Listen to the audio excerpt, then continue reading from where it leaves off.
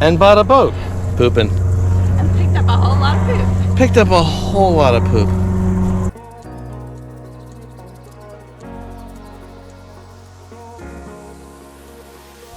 This will literally destroy our boat. The problem was that the owners were idiots. Are you freaking kidding me? Something that I've been stressing out over for quite some time. We had several people, more than one, say, I've never seen this before.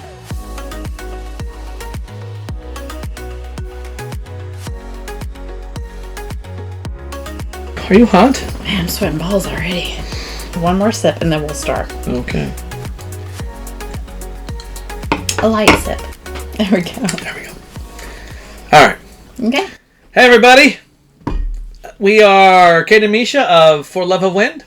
So if you're returning, welcome back. If you're new, welcome to us. If you're new, skip to the end. There's a link to our first video that'll catch you up. Go ahead. We'll wait. Okay. Now that you know everything, let's get started. In this episode, we're going to pick up where we left off. We just taken possession of the boat. We were not living on the boat at the time. We have our boat. It's a little bit of a wreck. I mean, the boat's good. The boat's in great shape, but left a lot of stuff on board, a lot of parts. Got a lot of cleaning to do, so some small repairs, nothing major. I mean, if you don't call an alternator major. But I guess we're going to go down and check it out. We're living in the RV in St. Augustine. The boat is at Cape Canaveral, which is about 2 hours away. I have to work from home, so work from the RV, so Misha is driving down.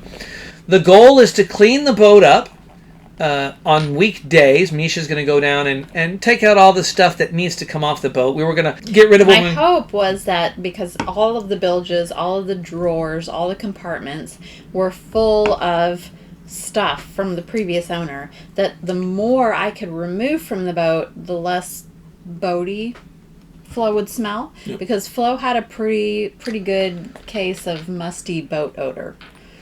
Right, she had a little BO, boat odor.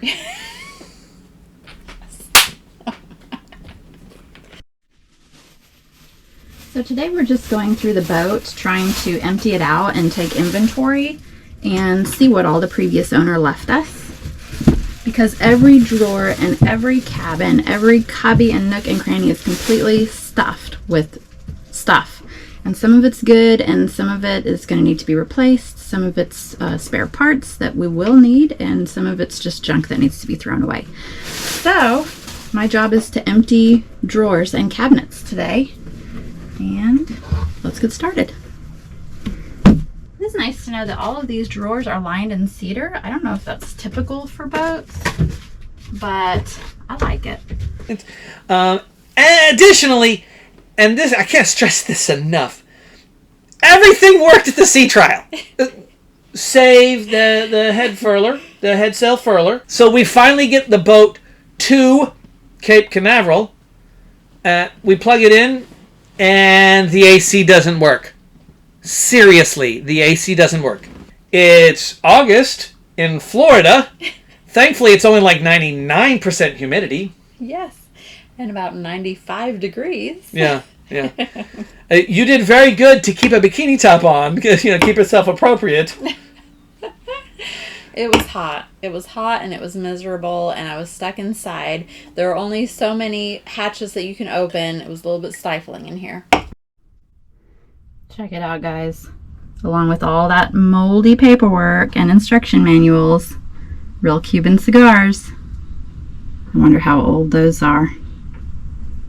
I don't think we'll be smoking them.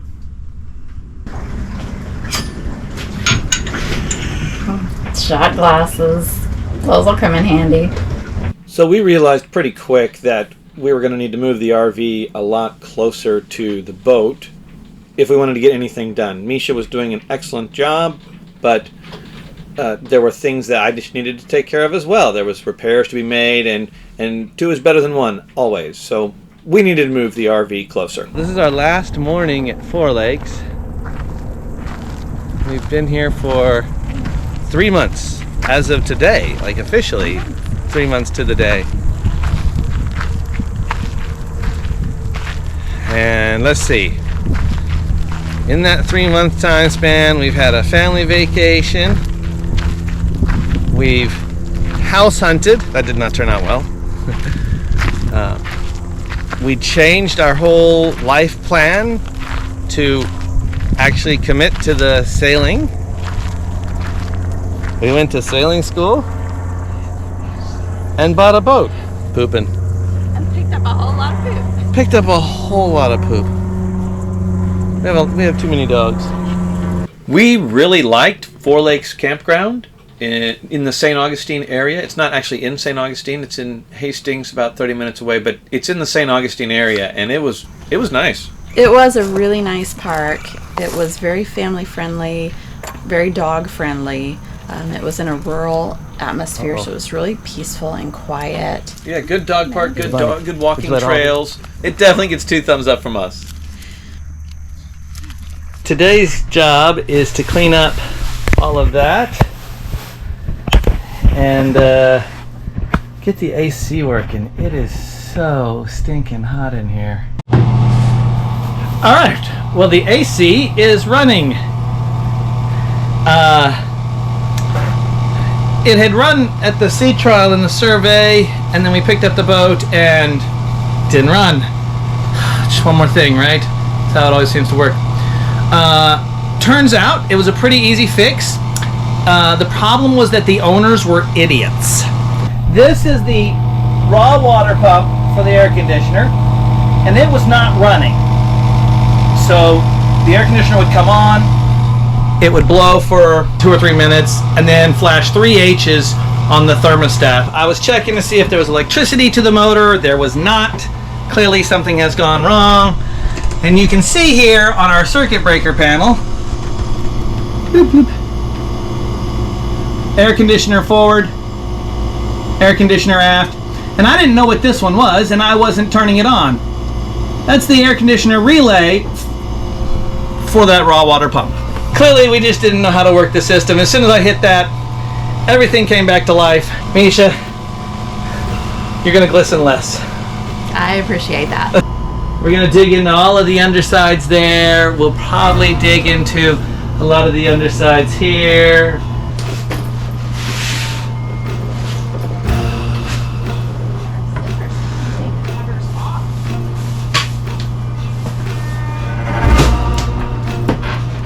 Say again? Or zippers so you can take the covers off.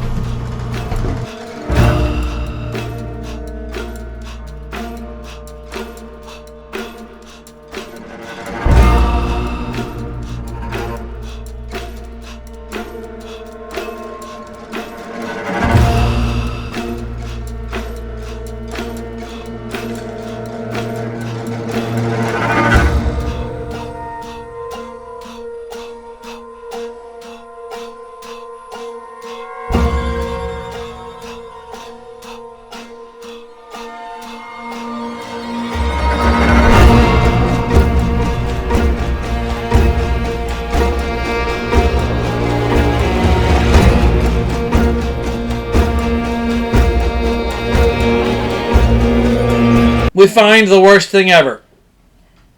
Let's talk termites, people.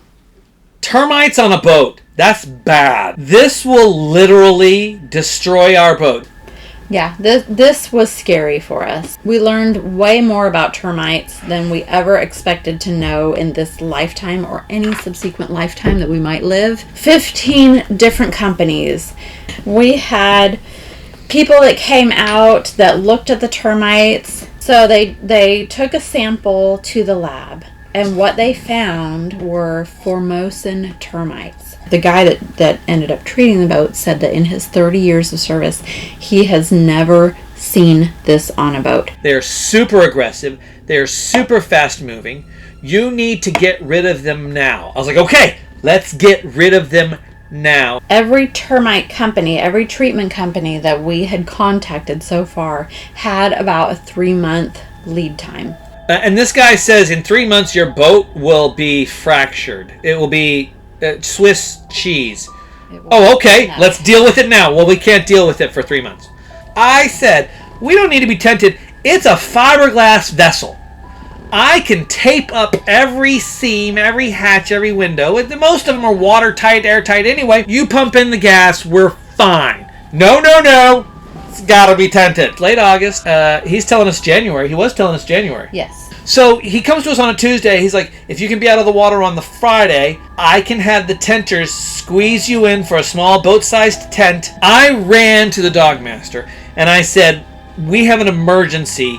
We have to haul out this Friday to treat termites on our boat. They found a spot to squeeze us in. They did, because they had a very full schedule. We actually had to schedule it as an emergency haul out. So it didn't cost any more, thankfully. But it cost enough as it was. Oh, We God didn't dang. need any extra fees. They tent it, they put the gas in, and then they let the gas permeate for usually about 3 days to be safe to re-enter the boat, because the gas is Vicane gas, kills everything, even down to the grass below the boat. Anywhere that is tented. we haul out on Friday, and the tenters show up. And the guy's like, oh, you have to take down your mast. This was just another one of our headaches in this whole scenario. They show up with Finally trailers get- and trucks. There's like 6 guys there. We finally get the company that's going to be able to treat us in a reasonable amount of time. We are able to get an emergency haul out. Like everything, we have fought tooth and nail for everything. We finally get on the hard. The company comes out to treat the boat.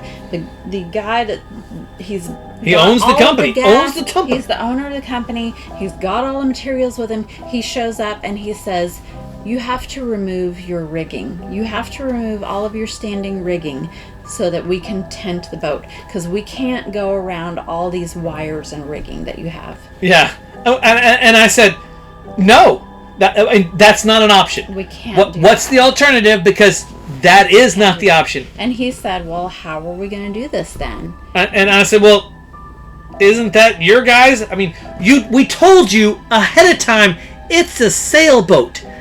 And a super quick Google search of the word sailboat shows up with a mast on the top.